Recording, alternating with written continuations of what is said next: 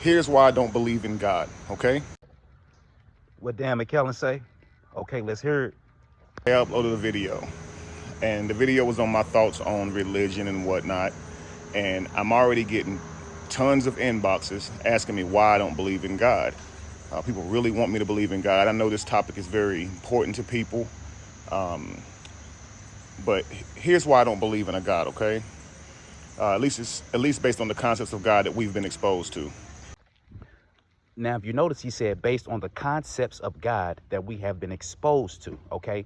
Meaning he has been led away by the spurious things that have been spoken against God in scripture. And we will go to the Ebionite doctrine, who were the actual followers of Jesus in the early first century. And what it says is corruption of the law. For the scriptures have had joined to them many falsehoods against God on this account. The prophet Moses, having by order of God delivered the law with the explanation to certain chosen men, some 70 in number, in order that they also might instruct such of the people as chose. After a little, the written law had added to it certain falsehoods, contrary to the law of God, who made the heaven and the earth and all things in them, the wicked one, having dared to work this for some righteous purpose. And this took place in reason and judgment, that those might be convicted who should dare to listen to the things written against God, and those who, through love towards him, should not only disbelieve the things spoken against him, but should not even endure to hear them at all, even if they should happen to be true, judging it much safer to incur danger with respect to religious faith than to live with an evil conscience on the account of blasphemous words. Now, with further continuance, Peter also said, if therefore some of the scriptures are true and some are false, with good reason said our master, be ye good money changers. And as much as in the scriptures there are some true sayings and some spurious. And to those who err by reason of the false scriptures, he fitly showed the cause of their error, saying, you therefore err, not knowing the true things of the scripture. For this reason you are ignorant also of the power of God. Then said I, you have spoken excellently. Now to those who don't know about the Ebionites and the true history of the followers of Jesus of the first century, this text was taken out, be ye good money changer, for the select purpose so that you cannot use great discernment on who God truly is by nature. Now, with further attendance, we can second witness this phrase, be ye prudent money changer, from an outside source by an early church father by the name of Eusebius. All right. He wrote a book called Ecclesiastical History, okay, also known as the History of the Church history, which is a 4th century chronological account of the development of early Christianity from the 1st century to the 4th century, composed by Eusebius, the bishop of Caesarea. It is written in Koine Greek and survives also in the Latin Syriac and Armenian manuscripts. Now, in Book 8, Chapter 7 of Eusebius' writings, it says, in the third epistle on baptism, which the same Dionysius wrote to Philemon, the Roman presbyter, he relates the following, but I examined the works and traditions of the heretics, defiling my mind for a little time with their abominable opinions, but receiving this benefit from them, that I refuted them by myself and detested them all the more. And when a certain brother among the presbyters restrained me, fearing that I should be carried away with the filth of their wickedness, for it would defile my soul, in which also, as I perceived, he spoke the truth, a vision sent from God, and came and strengthened me. And the word which came to me commanded me, saying distinctly, read everything which you can take in hand, for you are able to correct and prove all. And this has been to you from the beginning the cause of your faith. I received the vision as agreeing with the apostolic word, which says to them that are stronger, be skillful money changers. Again, with further continuance, one may ask, how would we be able to discern between the true things in the scriptures and the false things of the scriptures? No worries. Peter actually expounded on this, and what he says is, thus the sayings accusatory of the God who made the heavens are both rendered void by the opposite sayings which are alongside of them, and are refuted by the creation. For they were not written by a prophetic hand, wherefore also they appear opposite to the hand of God who made all things. Then said Simon, how can you show this? All right. And so I'll give you an example. All right. So what the early Christians or the Ebionites believed in, that God showed his true character and his goodness in Genesis chapter 1 of creation. And so a further example of creation refuting falsehoods in scripture would be things like sacrifices. And Peter expounded on this, okay? And what he said was, but that he is not pleased with sacrifices is shown by this, that those who lusted after the flesh were slain as soon as they tasted it and were consigned to a tomb, so that it was called the grave of lust. He then, who at first was displeased with the slaughtering of animals, not wishing them to be slain, did not ordain sacrifices as desiring them, nor from the beginning did he require them. For neither are sacrifices accomplished without the slaughter of animals, nor can the first fruits be presented. But how was it possible for him to abide in darkness and smoke and storm? For it is also written, who created a pure heaven and created the sun to give light to all, and assigned the invariable order of their revolutions to the innumerable stars. Thus, O Simon, the handwriting of God, the heavens show the counsels of him who made it to be pure and stable. So with that being said, if anyone would like to dig a little deeper in the canonical scriptures regarding the Israelites being slaughtered in the wilderness for consumption of flesh and burnt offerings, I would easily tell you to go to the book of Numbers, chapter 11, verses 1 through 34. But in the meantime, let's continue picking apart the brain of the unfaithful. You've been exposed to. If God is a singular, eternal, all-knowing, all-loving, omnipresent being, perfect and complete within itself, what is the point of him thinking, I'm going to create other beings in the first place? Because the moment he does that, he would know every person is fake after that, dependent, temporary. He alone would be the only real being because he alone was never created. So then what would be the point of right and wrong? What's the point of sin and salvation? Again, there's nothing new under the sun. The question of why God allowed sin or why God allowed evil has been a question that have always been asked by the masses, especially those of an atheistic view. All right. Now, Peter actually expounded on those things in his book. We can actually take a look into it. And what Peter said was, but you will meet me by saying, even if it has come to this, though freedom of will, was the Creator ignorant that those whom he created would fall away into evil? He ought therefore not to have created those who he foresaw would deviate from the path of righteousness.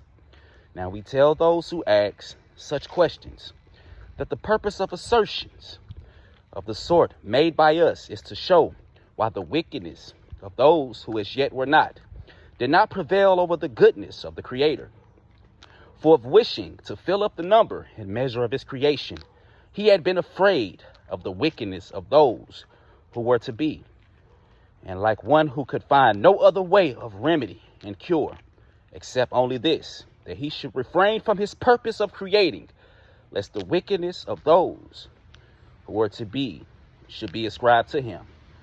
What else would this show but unworthy suffering and unseemly feebleness on the part of the Creator, who should so fear the acting of those who as yet were not, that he refrained from his purpose of creation? So what Peter is saying is, why would God fear sinners? Why would God basically refrain from his purpose of creation? Because he feared something that was not who was soon to be. So the God we serve is a fearless God. And then he goes on by stating, by setting aside these things, let us consider this earnestly, that God, the creator of the universe, foreseeing the future differences of the creation, foresaw and provided diverse ranks and different offices to each of his creatures according to the peculiar movements which were produced from freedom of will, so that while all men are of one substance in respect of the method of creation, there should be yet diversity in ranks and office according to the peculiar movement of the mind, to be produced from liberty of will. Therefore he foresaw that there would be faults in his creations or his creatures, and the method of his justice demanded the punishment should follow faults. For the sake of amendment, it behooved, therefore, that there should be ministers of punishment, and yet the freedom of will should draw them into the order. Moreover, those also must have enemies to conquer, who had undertaken the contest for heavenly rewards. Thus, therefore, neither are those things destitute of utility, which are the thought to be evil, since the conquered unwittingly acquire eternal rewards for those by whom they are conquered. But let this suffice on these points, for in process of time, more secret things shall be disclosed. Now, for those who don't understand that the causes of suffering comes from sin, and Peter actually expounded on this also, what he said was, but when men leading a life of void distress began to think that the continuance of good things was granted them, not by divine bounty, but by the chance of things, and to accept as a debt of nature, not as a gift of God's goodness, their enjoyment without any exertion of the delights of the divine complacence, men being led by these things into contrary and impious thoughts, came at last, at the instigation of idleness, to think that the life of God's was theirs by nature, without any laborers or merits on their part.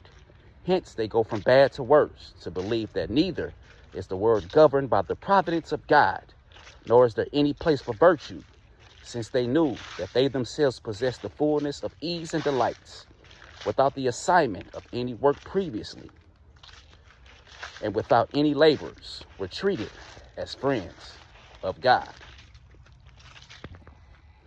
Again, with that being said, Brother Kevin Wesley knows very much about suffering. In fact, we will show a video of his cause of suffering, and then we will show why the causes of his suffering through sin. Stepdaughter's wedding because her real daddy is the one that's gonna walk her down the aisle. So let me tell you guys about my stepdaughter, all right? She wants her real daddy to walk her down the aisle. Now let me give you a little backstory on me and my stepdaughter. She just graduated from university, which I paid for. Now, she went to an in-state university, but it still cost me about $40,000. Now, I also bought her a car. I bought her a car straight after high school. That way she could go back and forth to school. I bought her a car. She still lives with me and her mother. She does not have a job. Now, she's set to be married on August the 8th. And for the past 6 months, that's all her mother been talking about doing. Being occupied with, being consumed most of their time. Now, her daddy, he don't contribute to not 1 cent on her. Not her education, not child support, which is partly her mother's fault because, you know, she didn't fight for that. I guess that's just what the settlement was. And he only around to make promises. I do that for you, I do this for you, and then take off. And then she'd be heartbroken. But she adores her father, right? So, like I said, she's set to be married in August. And the wedding venue, I told them they could have it in my home. The wedding venue can hold about 250 people, right? Now I said, hey, I got a list of 20 people that I want to come to the wedding. I'm paying for this at my house. I want these 20 people to come. Do y'all know Saturday, I see one of my friends at the golf course, right? He's supposed to come to the wedding. I'm like, hey, I'm gonna see you at the wedding, right? He said, I only got an announcement. I didn't get an invite. I'm like, nah. I'll let my girlfriend and stepdaughter know to send out the invitations on these few people, and you're supposed to get an invite. He said, I got something, but it was an announcement. So we walked to his car because I want to check, right? And sure enough, it was an announcement. So I went and talked to my girlfriend and said, did you invite those 20 people to the wedding that I told you about? Man, she didn't invite none of them. She said 250 people was a little tight, and I don't think we can get your 20 people in there. Man, I was pissed. And the people that were supposed to come, they pissed as well. Then she's gonna say if any of the people that we already invited don't RSVP, then we'll get some of your people in here. I'm like, what? Man, that's crazy, man. Don't even worry about it, man. I'll just be mad. All right? So now, the crazy part about it is, when I check the invitations, they don't even have my name on them. They have her real daddy and her on the invitation that I paid for. I paid for these invitations. How you got a real daddy on there, her mama on there? Cool. Couple days later, I'm hosting the venue at my house, hosting the wedding family at my house, okay? It's me, stepdaughter, girlfriend, groom, and their parents, right? Trying to help everybody get real acquainted. Then a surprise guest shows up, my stepdaughter's real dad. And I'm like, you know what? Cool. He probably just coming to the wedding, right? But tell me why my stepdaughter proceeds to stand up and announce that her real daddy is giving her away at the wedding. What? The wedding that I'm paying for, that in my house, the daddy don't do nothing for you, is giving you away? And they were just so happy and smiling. Yay, great. Inside, I was fuming. Inside, I wanted to cry or punch somebody. Probably wanted to do both, honestly. So I took that time to stand up and give a toast as well. I said, I owe the groom and the bride a deep debt of gratitude because they have opened my eyes tonight. Oh, everybody at the table was just smiling.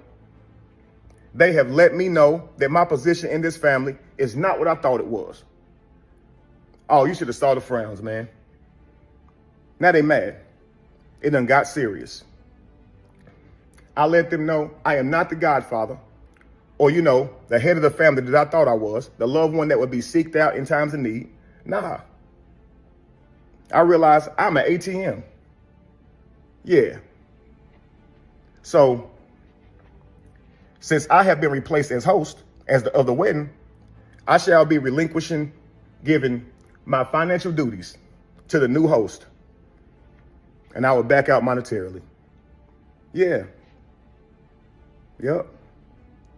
Now, after the announcement, a whole lot of snickering was going on around the table, right? A lot of mumbling, but they didn't say anything to me.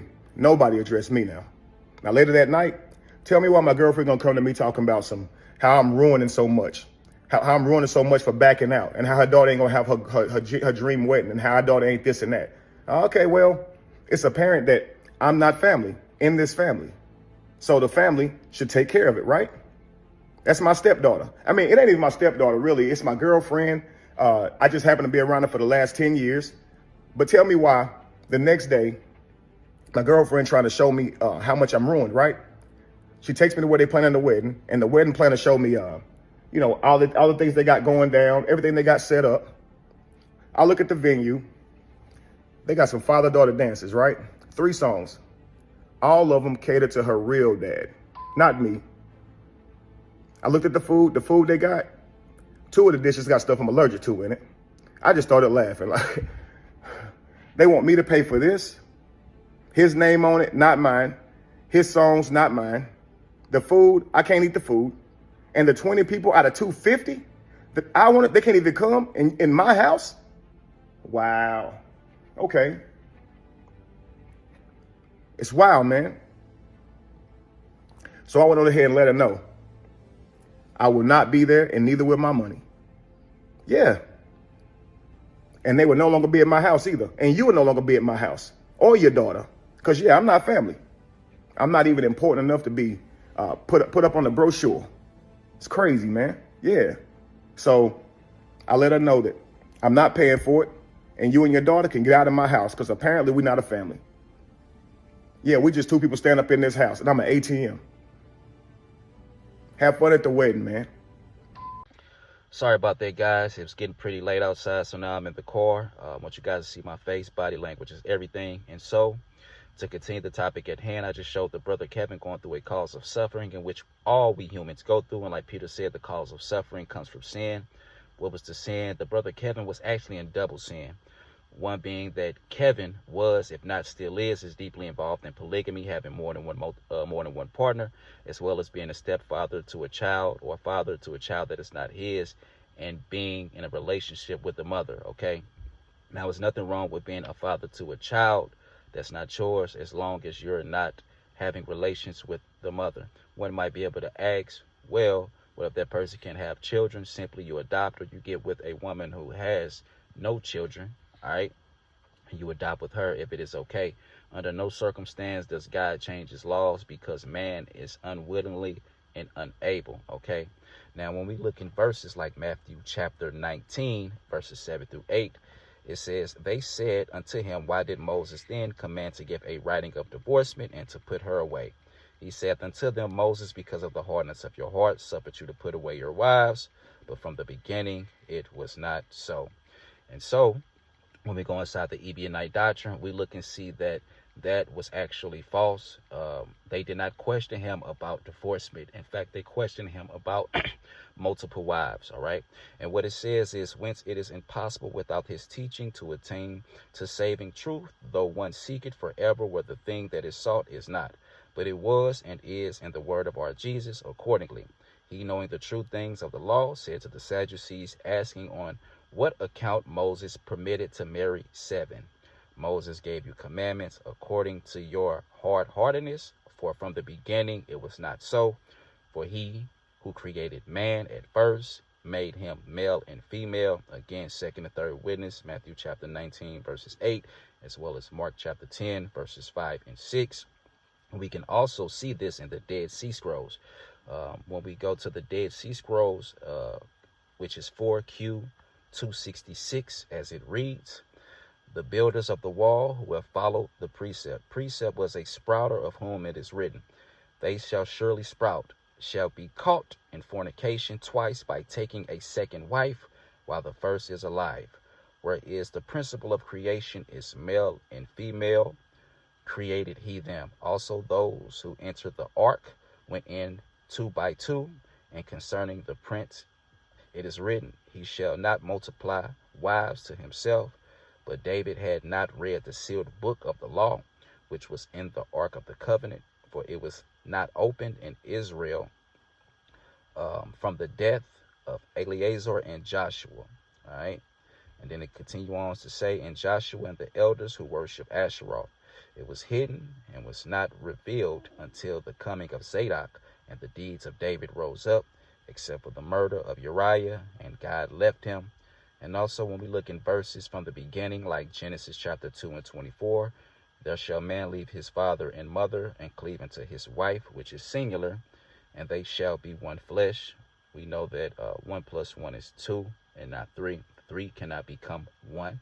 And again, Genesis chapter 2, verses 22, and the rib which the Lord God had taken from man made he a woman and brought her unto the man. Okay.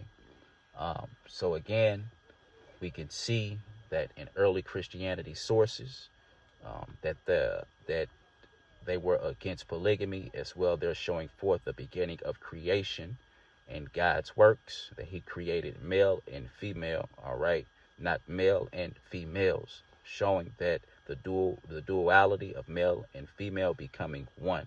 Okay.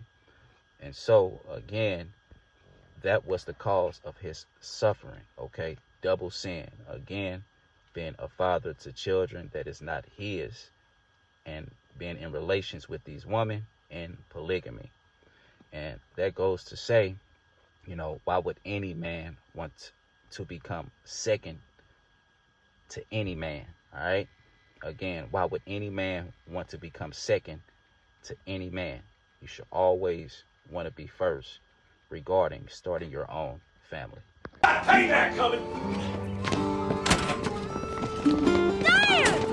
Don't listen to these people, Ricky. You're a winner. You got the gift. Always remember, if you ain't first, you're last. If you ain't first, you're last. See you when you're grown up. Dad! Come back!